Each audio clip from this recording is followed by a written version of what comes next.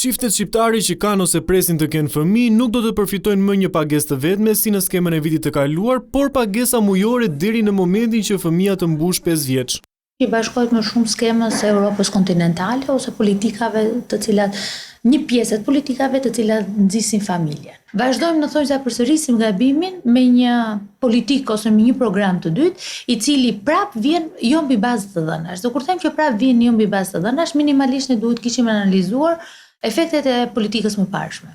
Të kuptonim që sa ishin këto efekte, dukshëm ne themi që shifrat e tregojnë që ne nuk kemi një rritje ligjshmërie, por kjo nuk është mjaftueshëm që kjo skemë zvendësohet me këtë skemën tjetër, duke mos e ditur cilët janë faktorët të cilët kanë çuar në uljen e ligjshmërisë. Për fëmijën e parë pagesa do të jetë 5.000 lekë në muaj.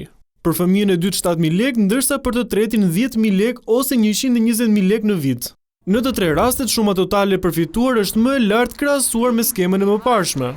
Kjo është një vlerë e konsiderueshme, do thosha. Dhe kur them një vlerë e konsiderueshme, kam përshtypjen që nevojën ushqimore të fëmijëve për të paktën për një javë, 2 javë, besoj e mbulon. Do të propozoja që kjo pagesë t'i adresohesh në mënyrë të menjëhershme, ndoshta edhe me vlerë të shtuar familjeve në nevojë, të cilët plotësojnë shumë herë më tepër nevoja me këtë lloj pagese, sesa familjeve të cilat tashmë kanë një nivel të ardhurave, të cilat konsiderohet ardhura të larta. Ndryshimi i skemës vjen në një kohë kur bonusi i mëparshëm nuk arriti të japë efektin e pritshëm. Sipas të dhënave të Ministrisë së Financave, gjatë 11 muajve të vitit të kaluar, nga 1.8 miliard lekë të planifikuara u shpërndan vetëm 1.2, gjë që lidhet edhe me uljen e numrit të lindjeve gjatë vitit.